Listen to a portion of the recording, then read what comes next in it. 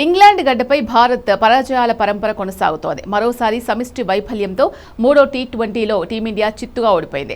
బౌలింగ్లోనే కాదు బ్యాటింగ్లోనూ చెత్త ప్రదర్శనతో ఘోర పరాజయం పాలైంది. అసలు వరల్డ్ నెంబర్ 1 టీం నుంచి ఇలాంటి ప్రదర్శన ఎవ్వరూ ఊహించలేదు. టాస్ గెలిచిన భారత్ ఫీల్డింగ్ ఎంచుకుంది. రవి బిష్ణోయ్ స్థానంలో ప్రిన్స్ యాదవ్ తుది జట్టులో చోటు దక్కించుకున్నాడు. మొదట బ్యాటింగ్ చేసిన ఇంగ్లాండ్ను ఒక దశలో భారత బౌలర్లు 160-170 పరుగులకే పరిమితం చేసేలా కనిపించారు. ఆరంభంలో ప్రిన్స్ యాదవ్ వికెట్లు తీసి అద్దరగొట్టాడు. అయితే తర్వాత ఇంగ్లాండ్ పార్ట్నర్షిప్స్ బ్రేక్ చేయడంలో భారత బౌలర్లు విఫలమయ్యారు. సాల్ట్ మెరుపు ఇన్నింగ్స్ ఆడాడు. 44 బంతుల్లో 70 రన్స్ చేశాడు. శామ్ కరన్ కూడా 41 రన్స్తో రాణించడంతో ఇంగ్లాండ్ 20 ఓవర్లలో 201 పరుగుల భారీ స్కోర్ సాధించగలిగింది. తర్వాత చేజింగ్లో టీమిండియా చేతులెత్తేసింది. అంచనాలు పెట్టుకున్న వైభవ్ సూర్యవంశీ మరోసారి నిరాశపరిచాడు. అభిషేక్, ఇషాన్ కిషన్, శ్రేయస్ అయ్యర్ ఇలా వచ్చి అలా వెళ్లారు.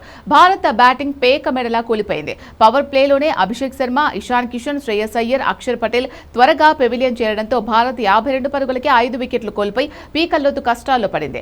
ఇంగ్లాండ్ బౌలర్లు Jofra Archer, Josh Tongue pace bounce ను భారత బ్యాటర్లు ఎదుర్కోలేకపోయారు. ఫలితంగా టీమిండియా కేవలం 76 పరుగులకే ఆల్అౌట్ అయింది. భారీ లక్ష్యాన్ని ఛేదించేటప్పుడు అవసరమైన భాగస్వామ్యాలు నిర్మించడంలో, రన్ రేట్ ను అందుకోవడంలో జట్టు విఫలమైంది. మ్యాచ్లో ఏ దశలోనూ భారత జట్టు ఇంగ్లాండ్కు పోటీనివ్వలేకపోయింది. బ్యాటింగ్, బౌలింగ్, ఫీల్డింగ్ విభాగాల్లో జట్టు సమన్వయ లోపం స్పష్టంగా కనిపించింది. ఈ విజయంతో సిరీస్లో ఇంగ్లాండ్కు 2-0 ఆధిక్యం దక్కింది. మిగిలిన 2 మ్యాచ్ల్లో ఒక్కటి గెలిచినా ఇంగ్లీష్ టీం సిరీస్ సొంతం చేసుకుంటుంది. అటు సిరీస్ ను సమం చేయాలంటే భారత్ మిగిలిన 2 మ్యాచ్లను గెలిచి తీరాలి. బ్యాటింగ్, బౌలింగ్ లో ప్రదర్శన మెరుగుపడకుంటే మాత్రం సిరీస్ సమం చేయడం కష్టమే.